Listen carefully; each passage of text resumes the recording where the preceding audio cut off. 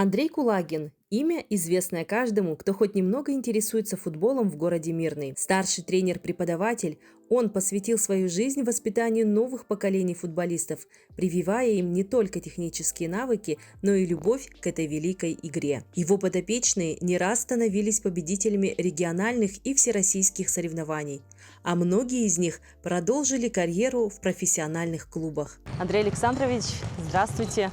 Здрасте. Расскажите, пожалуйста, как футбол появился в вашей жизни и что вас привело в тренерскую профессию и почему вы выбрали именно ее, а, допустим, не карьеру игрока?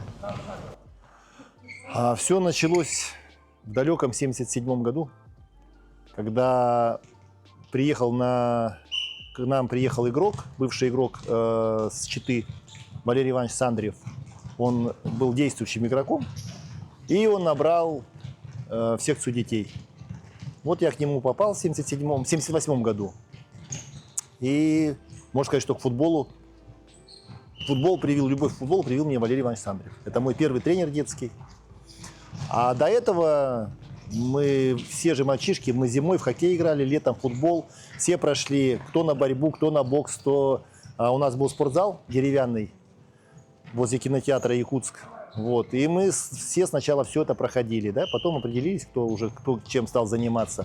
Ну вот я выбрал себе футбол как вид спорта. В общем, любил футбол, следил за футболом. У нас в 1976 году телевидение только появилось, где я увидел впервые там Олимпийские игры, да, в Инсбруке 1976 года. И вот там футбол, хоккей, чемпионаты, я это впервые увидел и прикипел к телевизору, и все игры, которые проходили там, первенство Советского Союза, я ничего не пропускал, ни футбола, ни хоккея. Мне нравился что футбол, что хоккей. Зимой я играл в хоккей, летом в футбол. Вот. А со временем потом это переросло уже в более, наверное, профессиональную стезю, потому что мы в возрасте 14 лет мы стали...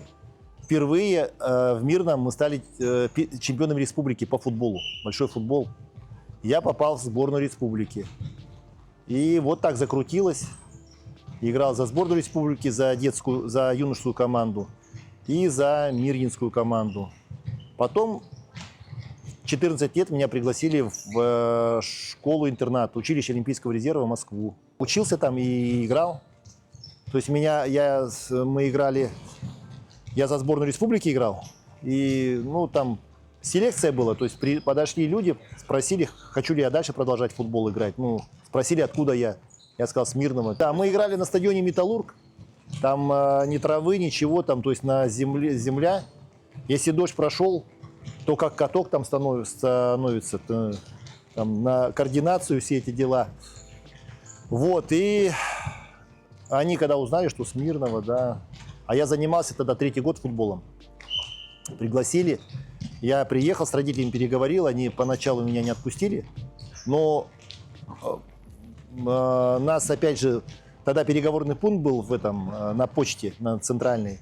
На переговоры мы опять переговорили с тренером, который с Москвы. И он убедил моих родителей, потому что они у меня от спорта были далекие. Да, отец водителем рейсовым был, а мама... штукатур-маляр.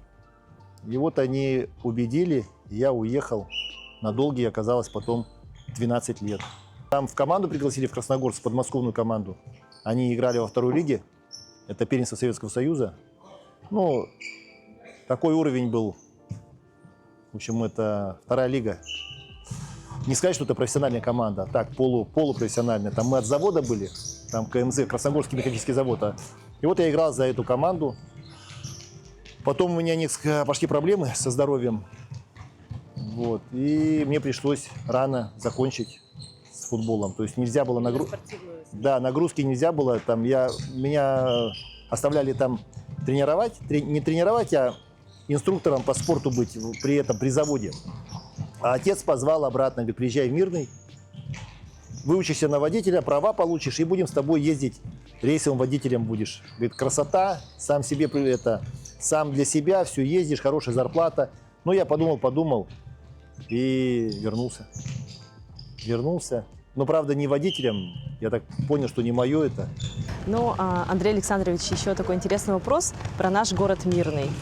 Вы здесь, можно сказать, коренной житель Мирного? Можно. Так и есть, да, коренной. То есть вы здесь родились в Мирном? Да. Было ли у вас такое желание уехать из Мирного? И вообще, вот, если говорить о сегодняшнем дне, каковы условия именно по развитию футбола в нашем городе? Ну и как вообще вам здесь живется? Как-то Мирно для меня это город номер один. Всё. Вы во многих городах побывали? И странах. В силу своей... И странах, И странах, да? да. И странах. Но все равно. Вот я даже в отпуск еду или куда-то, вот, и я месяц проходит 30 дней, ну максимум 40, все. И у меня отпуск заканчивается. Где бы я ни был, я уже это... домой уже где-то начинаешь готовиться там на этот спортивный год начинается, то есть команду начинаешь ты там планы строить, что мы там будем проходить. Как в последнее время мы сейчас ездим в лагерь в Орленок. То есть в августе я их собираю, всех детей, и мы едем в Орленок, и мы проводим там сборы. Никуда не выезжая. Наряду с другими ребятами, которые отдыхают. Да, у нас свой отряд спортивный. Мы до этого ездили в Ленск, когда компания, лагерь в Ленске был от компании. Мы туда 5 лет мы ездили подряд. Нам прямо самолет чартерный, мы туда прилетали. И все, мы готовились. И мы, кстати, вот когда мы в Ленск 5 лет ездили, мы 5 лет подряд были чемпионами республики. То есть у нас вообще, мне кажется, может быть, ни у кого в футболе больше, вот, чем у нас вот ребята. Мы не 5, а мы 6 лет были чемпионами республики. То есть у нас команда была 2003 года, очень сильная. Она попадала в число 16 сильнейших команд России. И мы участвовали в финале первенства России. 4 года мы представляли Дальний Восток, весь Дальний Восток. И когда мы говорили, что мы с Мирного, у нас команда, там 30 тысяч, да, мы с Мирного, так, даже сомнения многие. Ну, потом, правда, когда вот паспорта пошли, там же написано, что ты с Мирного, там, Якутия, Мирная, да, видели, да.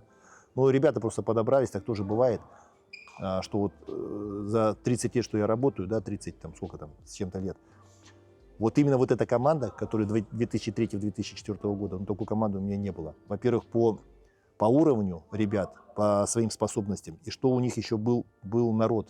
То есть бывает, допустим, какая-то команда есть, там 2-3 человека играющих, а здесь прямо у них конкуренция была. Андрей Александрович, у вас очень насыщенный график, я знаю.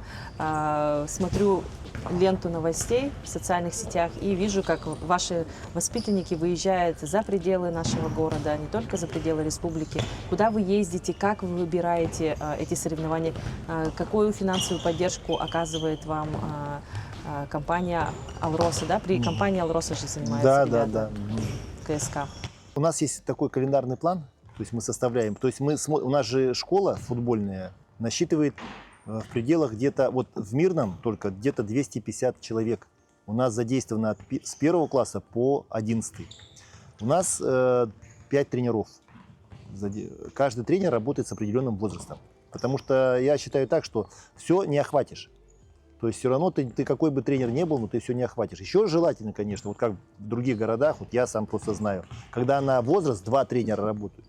И у меня есть хорошие помощники, вот Сергей Иванович Завгородний, который сейчас тренирует ребят, он очень сильный в технике, он им дает технические упражнения, прямо он им нарабатывает все это.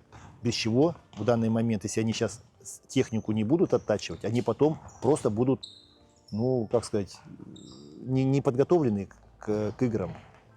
Вот. Есть у нас еще, вот он как мой воспитанник, в свое время я был тренером сборной Дети Азии, и он у меня был в составе. Олег Владимирович, это самый молодой у нас тренер. Ну, как молодой, он уже 10 лет тренирует. Он очень сильный тактик. Он работает на технико-тактическую работу. Технико-тактическая. Я как бы общая. Я привлек также и тренера по вратарям. Потому что в такой игре, как футзал, вратарь это больше, чем полкоманды. И я много раз сам сталкивался, когда команда хорошая, все, но вратарь не тянет, и все, и команда где-то может провалиться. Но когда вратарь работает, даже слабенькая команда, она может вдохновиться вот тем, что вратарь все отбивает. Они могут, они могут вот. Я это все сложил, думаю, если хорошая команда, я вот, допустим, увидел, что у нас возраст перспективный хороший, значит, должны тренера работать также на эту команду, потому что это же все-таки общий успех наш. И у нас тренер по вратарям Александр Викторович Праздничник, он заслуженный мастер спорта, у него хорошая карьера, в сборной играл, он работает с вратарями. И вот, допустим, для этой команды, которая у нас сейчас играет, сейчас вот у нас «Авангард», то есть наиболее сильный, перспективный год, наверное, самая сейчас сильная команда, это вот 2013-2014 год. В данный момент они показывают наиболее лучшие результаты. И вот мы год назад играли, у нас был международный турнир, нас в Санкт-Петербург пригласили на Мэри Кристенс. Там играло 12 команд, и там были сильные команды, такие как Олимпийские Надежды. Прямо у них там тоже школа такая. «Зенит» не основной состав, не футбольная команда, а это вот у них еще есть отделение футзала. Вот они играли, «Локомотив», там такие команды. Приезжали там с Белоруссии команда, с Мурманска, там, с Калининграда. Было 12 команд, и мы дошли до финала. И мы играли, финал достойный был. Мы сыграли 1-1 с Мурманском. И только в серии пенальти мы проиграли. Там ребята плакали, что это что сделаешь. Вот у них такой был успех, прямо их отметили, что прогрессирует команда за счет, мы там 2 года до этого мы были 5-е, потом 4-е, вот сейчас 2-е место заняли. Сейчас мы готовимся опять к этому турниру, он у них юбилейный 10-й, и мы ставим самые высокие задачи. Но для этого, чтобы мы хорошо играли, мы сделали что? Мы, во-первых, в августе провели сборы. Все ребята собрались, нас было 27 человек. Мы провели сборы в Орленке. В сентябре мы на стадионе работали 2 недели, пахали. Потом мы поехали в Тюмень, там очень сильный...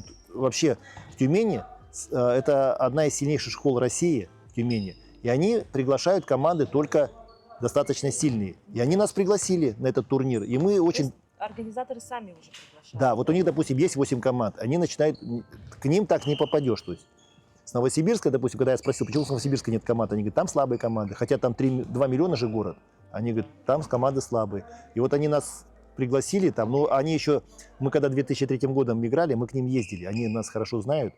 И когда они спросили, как у вас команда, я говорю, нормально, на хорошем уровне. Я говорю, приглашайте. Они пригласили, и мы заняли 2-е место сейчас. Мы проиграли в финале Тюмени. Команде Тюмень. Заняли 2-е место, ребята. Потом мы в Бердске сейчас провели сборы 2-недельные, тоже нам КСК, компания, за счет компании. То есть хорошие у нас там тренировки были, 3-разовые с бассейном, турнирчики, там товарищеские игры проводили. И сейчас мы выходим несколько финишную прямую под декабрь. Это в декабре будет чемпионат, вот этот турнир международный. И у нас еще команда поедет в Томск. 26 ноября собираемся в Томск. Но поедут смешанный состав. Не все сильнейшие игроки поедут. Поедут те, которые претендуют, которые могут составить конкуренцию с сильными игрокам. И мы, допустим, всегда до последнего, я им всегда говорю, состав объявлю там за 10 дней, пока работаем. Все стараются, да. В этом учитывается, чтобы они не пропускали тренировки, но они в этом отношении у меня к ним претензий нету. Их только болезнь может, и то они даже больные могут пойти. Я говорю, нельзя, это не надо делать. То есть здоровье прежде всего. В завершении беседы хотелось бы спросить, какими качествами, по вашему мнению, должен обладать хороший футболист, и как ему эти качества помогают в жизни? Я еще раз хотел сказать, что футбол – это командная игра, да, и здесь сразу видно, если человек на себя тянет, то есть одеяло, да, то есть он себя, я говорю, вы себя в футболе любите, надо футбол любить прежде всего, и вы должны все во имя команды, вот именно должны для победы, все для победы, все для, я говорю, если вы на себя, я говорю, если вы более индивидуальный, идите, значит, борьбой занимайтесь, боксом, где вы себя можете проявить, здесь вы должны быть одни из всех, вот, и я сколько обращал внимание, да, конечно, всегда такие способные футболисты, которые очень способные, они хоть и говорят, что там эти ребята такие, они обладают хорошим характером, не всегда так.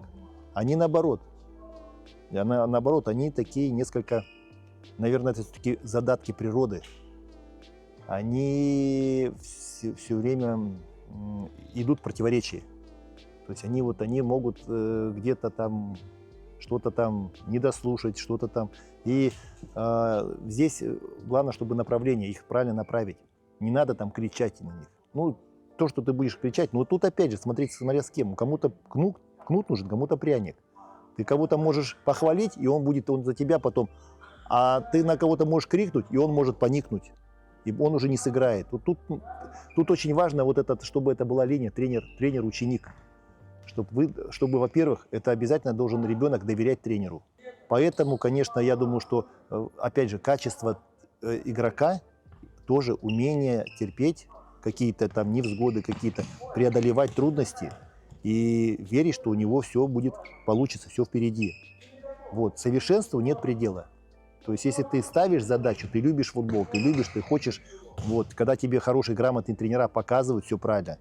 У нас же очень много сейчас по России горе-тренеров, тех, которые получают какие-то там корочки, и все, он считает себя тренером. А я еще раз говорю, что тренерство – это призвание, это единицы.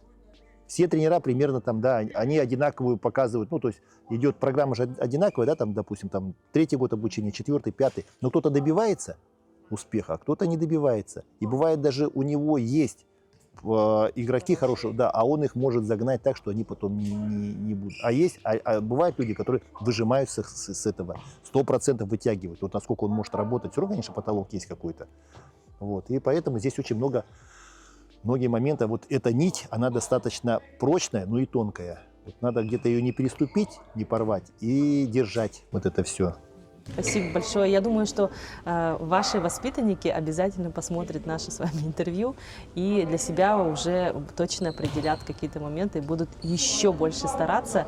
Ну а будущим футболистам остается пожелать, чтобы вы любили футбол и доказывали свою любовь, наверное, делом. Да? Спасибо. Да. И вам удачи всех.